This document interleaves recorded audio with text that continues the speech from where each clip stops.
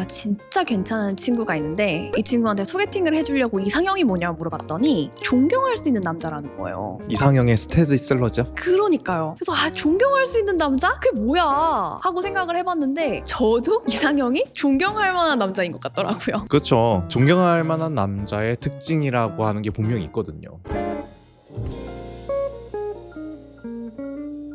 이상형 하면 존경할 만한 남자긴 한데 막상 존경할 만한 남자가 뭐지? 누구지? 하면 잘 모르겠는 것 같아요. 우리가 얘기하는 존경할 만한 남자의 그래도 공통적인 특징이 있어요. 오늘 그거에 대해서 한번 얘기를 나눠볼게요. 좋아요. 기본적으로 존경이 혹시 영어로 뭔지 아세요?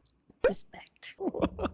리스펙트 받아 맞아요. 근데 스펙트 곰곰이 생각하다, 들여다보다, 리스펙트 그걸 다시 하게끔 하다. 그러니까 그 사람에 대해서 곰곰이 생각해보게끔 하는 거, 다시 볼만한 이런 뜻인 거죠.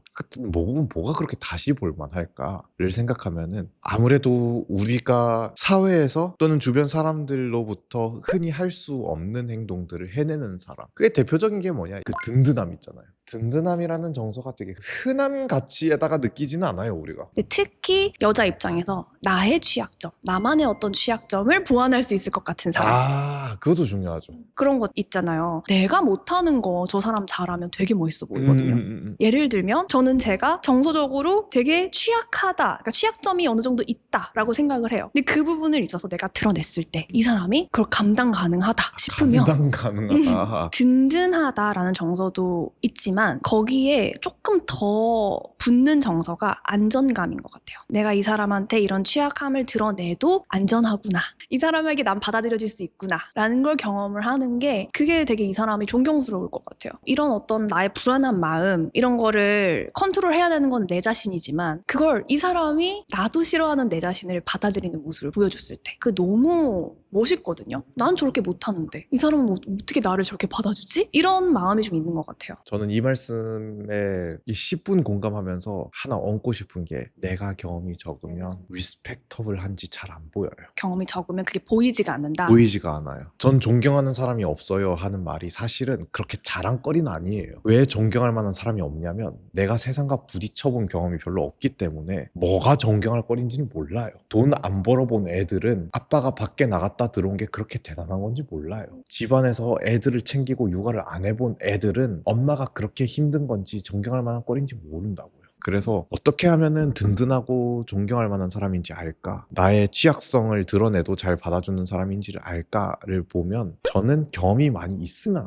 아는 것 같아요. 경험이 적을 때는 내가 취약성을 드러냈는지도 모르고 내 취약성을 저 사람이 받아줬는지도 모를 때가 많아요. 맞아요. 저 사람이 맞춰준 거 쉽게 말하면 그 순간만큼은 맞춰준 건데 그쵸. 근데 뭔지 몰라. 내가 해본 적 없어서. 그러면 그 남자를 잡아야 되는지 모르는 거죠. 혹시 아이디어 또 있으세요? 존경할 만한 남자? 존경할 만한 남자는 기본적으로 자기의 철학이나 신념이 좀 확고하신 분들인 것 같아요. 그 말씀 혹시 조금 더 이해하기 쉽게 설명해 주실 수 있어요? 왜냐면 지금으로서 떠오르는 거는 똥꼬집 부리는 아저씨 생각나거든요. 자기만의 철학이라고 하는 거는 자신의 성찰이 우선되는 거잖아요. 충분한 숙고와 성찰을 바탕으로 나의 철학을 쌓아가는 사람이 자신의 삶을 좀 주체적으로 운영하는 사람처럼 보이거든요. 똥고집은 앞에 말한 어떤 숙고와 성찰에 관계없이 그냥 어디서 주워들은 개똥 철학을 나의 것이라 생각하면서 심지어 거기서 더 나가서 이걸 남들에게도 그걸 강요하는 거예요. 강요의 포인트에서 또 하나 차이가 나는군요. 이게 다른 사람들한테 안 맞을 수 있다는 생각조차 하지 못하고 좀 경직적으로 이걸 받아들이는. 제가 지금 딱 떠오른 게 제가 어떤 상담을 받았던 남자분, 이분의 부모님 중에서도 아버님 결혼 반대를 그렇게 극심하게 하셨어요. 그 아버님의 신념은 그거였어요. 무조건 공무원이 세상에서 가장 우월한 직업이다. 그래서 내 며느리 될 사람이 공무원이 아니라니 이거였거든요. 근데 이분의 삶을 들여다보면 이해가 가요. 개인정보라서 조금만 두리뭉술하게 표현하면 자기는 늘 가슴 한켠에 남아있는 게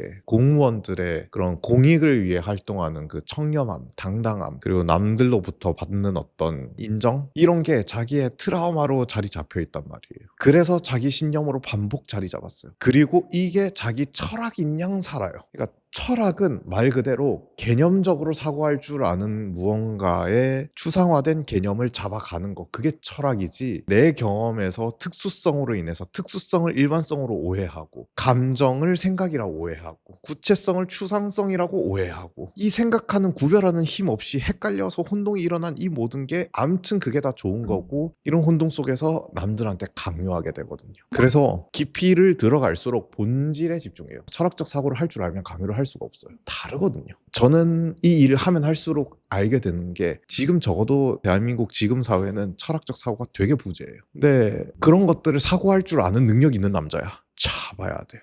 귀해요. 이런 남자들하고 대화를 하고 있으면은 사실 현실의 문제들은 되게 지저분하잖아요. 맞아요. 어렵고 지저분하고 섞여 있고 철학이랑 거리가 멀죠. 철학이랑 거리가 멀죠. 그래서 철학은 원래 현실과 동떨어져 있는 이야기예요. 근데 우리가 그럼 철학이 필요가 없냐가 아니라, 이 현실에 있는 이 지저분한 문제를 해결할 수 있는 도구가 철학이란 말이에요. 그래서 철학적 사고를 하는 남자는 여자 입장에서는 그래요. 든든하죠. 다시 또 앞에 든든함으로 가게 되는데 그러니까 문제 해결력이 있으니까, 문제 해결의 도구를 잘 갈고 닦고 깨끗하게 갖고 있으니까 이 남자에게 무언가를 기대할 수 있는 든든함이 생기는 거네. 되게 어떤 클리어한 눈이 있는 것 같아요, 이 사람에게는. 그래서 철학적 사고를 하는 남자에서 또 연결될 수 있는 게, 그런 남자면은 나를 되게 존중해 줄 거예요. 어떤 평가와 판단을 하기 이전에 모두가 다 다르다는 걸 알고 있는 사람이라면 그 남자와 내가 다르다는 것도 본인이 알겠지. 그리고 거기서 다르다 해서 끝나는 게 아니라 그런 나를 존중해 주는 남자. 굉장히 존경스러운 것 같아요. 동감합니다. 근데 존중이라는 맥락으로 넘어가니까, 어떤 맥락에서 존중을 우리가 느낄 수 있을까? 조금 쉽게 다가간다면 결국 의사소통 맥락인 것 같아요. 그거를 넘어가면 이렇게도 얘기할 수 있어요. 메타 커뮤니케이션이라고 하는 개념이 있어요. 커뮤니케이션의 맥락보다 한 차원 위의 거, 이게 관계예요. 관계라고 하는 개념 아래에 소통이 있거든요. 그럼 그 위에 관계라고 하는 맥락이 있다는 거를 알고 인지한 상태에서 소통할 수 있는 능력. 그래서 폴 바츠라비크라고 하는 사람이 한 말이 그게 있어요. 우리는 소통 내용이 아니라 관계 구조로 싸운다. 물론 컨텐츠의 문제도 있는데 그 관계 구조가 서로 합의가 되지 않아서. 너 왜 다른 관계 구조로 지금 나한테 얘기해? 이거잖아. 그쵸. 예를 들면 의사소통 스타일이 분석인인 사람이 있어요. 이 사람들은 커뮤니케이션을 상황을 보는 걸 좋아해요. 근데 여기다가 호소인인 사람이 왔어. 호소인은 어떤 커뮤니케이션 스타일이냐면, 내가 너한테 맞춰줄게, 너가 뭐 좋아하는지 말해봐, 그래야 뭔가 대화를 하지. 근데 컴퓨터는 상황 보고 편한 데 가자. 근데 호소인은 다시 뽑고 싶은 거 말해, 가까운 데를 가고 싶은 거야? 이러면 아니 꼭 그런 건 아닌데.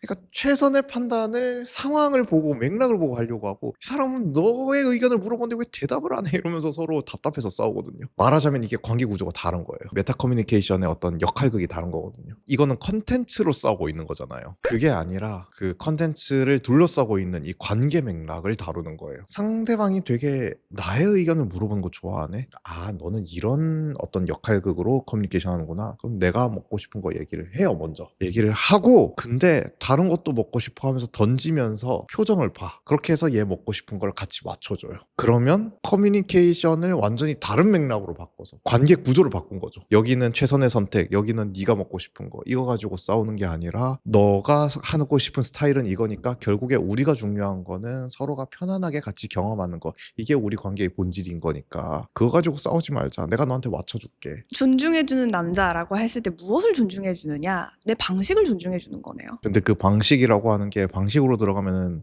너가 나한테 다 맞춰가 되잖아요. 근데 여기서 얘기하는 거는 커뮤니케이션 맥락에서 각자의 커뮤니케이션 방식이 있는데 그걸 넘어서서 관계의 구조 자체를 보자. 그거를 잘 다루는 남자들이 있다. 우리 오늘 존경할 만한 남자의 특징에 대해서 이야기를 해봤는데, 이런 남자가 나를 찐사랑까지 해주면 얼마나 좋을까요? 그것도 우리가 좋은 얘기들 많이 해놨죠. 찐사랑꾼 남자의 특징 편을 달아놓을 테니까 같이 시청해 주시면 고맙겠습니다.